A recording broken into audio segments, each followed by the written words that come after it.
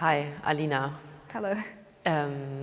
We meet each other today for a show you're participating in. Do you maybe want to introduce yourself first and what kind of situation you're just coming out of? My name is Alina Zamanova and I'm a Ukrainian artist. I'm based in Kiev, and since the beginning of the full-scale invasion I was in Ukraine. And this is the second time I'm going to Europe for work.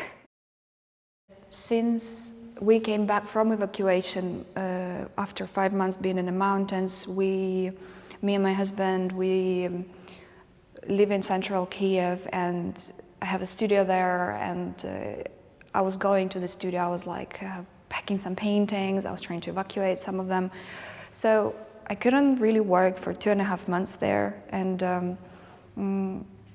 I thought to go to Europe to try and work here without air sirens and without being constantly afraid of shellings. In a way, it is happening right now. I do have some other struggles, obviously, like the news are not stopped, the war is ongoing, and we do wake up every Monday when they start shelling again, and they did bomb 15 minutes from my studio a few weeks ago. It is our reality. Alina, the different works you show in this exhibition are recent works. Mm-hmm. You did them after the invasion. I think they're very personal, they're very touching. They reflect on things you've experienced. So maybe the work behind you, can you explain what we see on these works?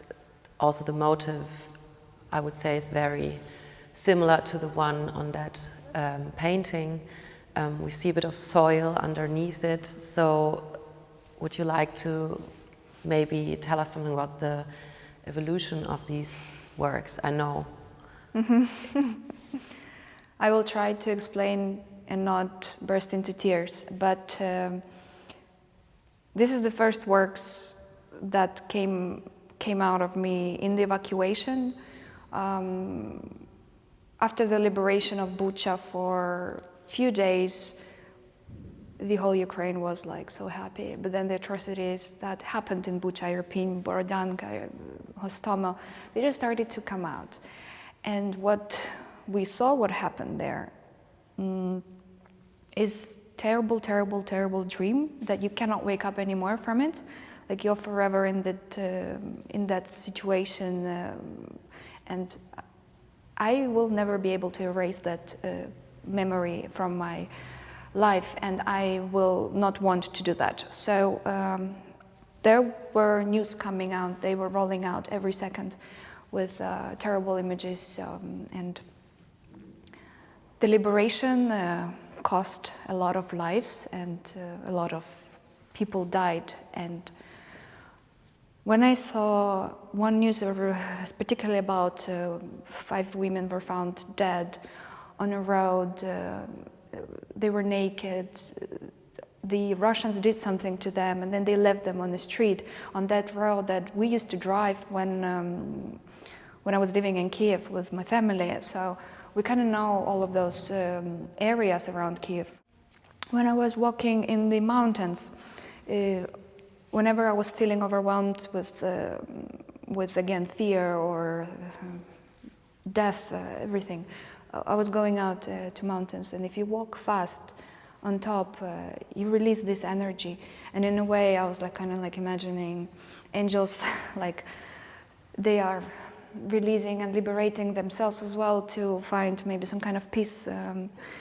So the 5 angels, initially they started going between different mediums in work. If I'm talking about, like I'm being an artist, so I started making them on these wooden panels that I found in the wood. I felt like they were also forgotten. They were left on that earth, you know, on the ground between leaves and nature. But nature itself is so healing if you surrender to it, if you just let it give you that energy. And that energy is what I was receiving from the nature. When I'm meditating, I'm laying on the ground. If I am feeling anxiety, I'm sitting on the ground. I'm feeling the earth beneath myself. So working with found materials in nature was liberating for my soul. And I thought maybe I can bring that liberation to the Ukrainian people as well. I think also these works very well exemplify how you try to create a new unity between the human body and the nature, and how these are very peaceful works, at least for me. Mm-hmm. They seem very harmonic in times of total disruption.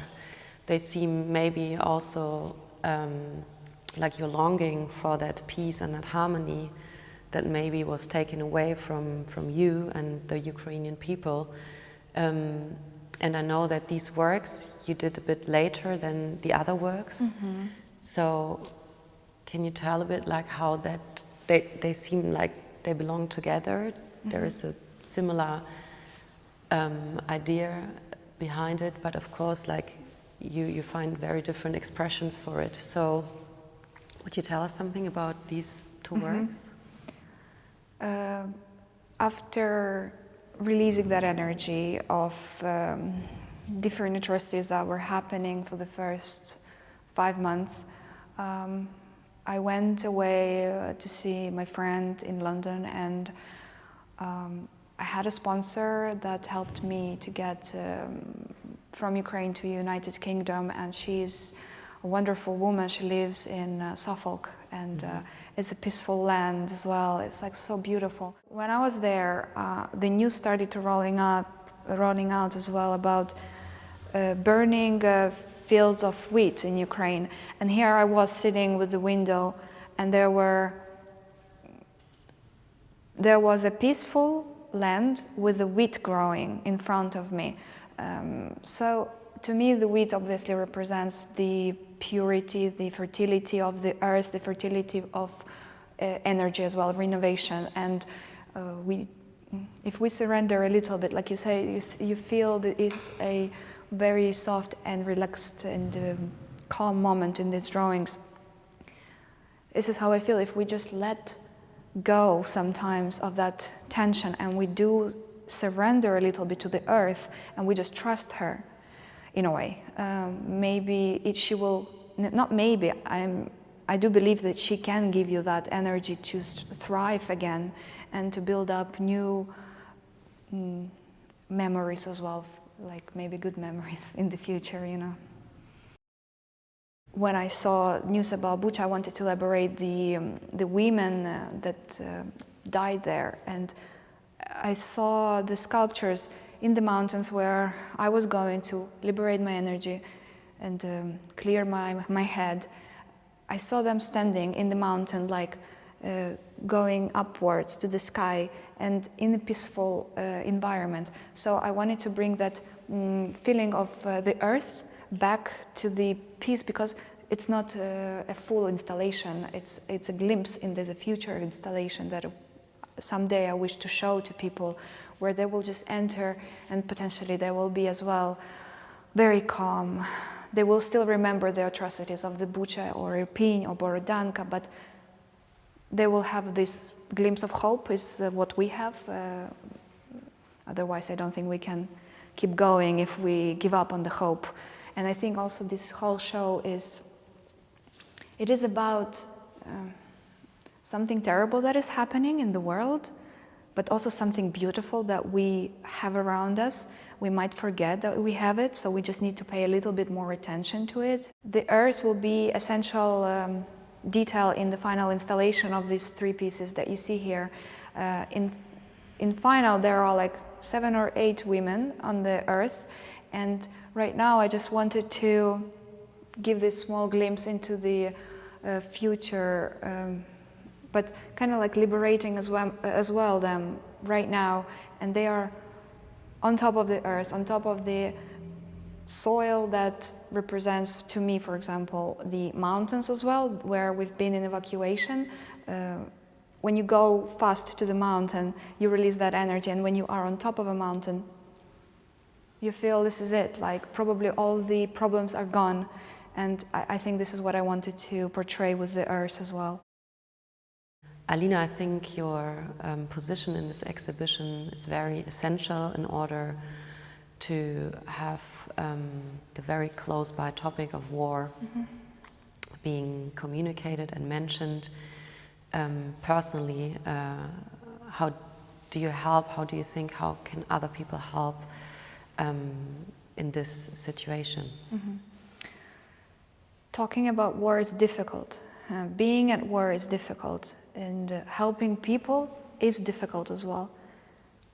But if we don't do it now, it will be late. We must act at this moment in time right now.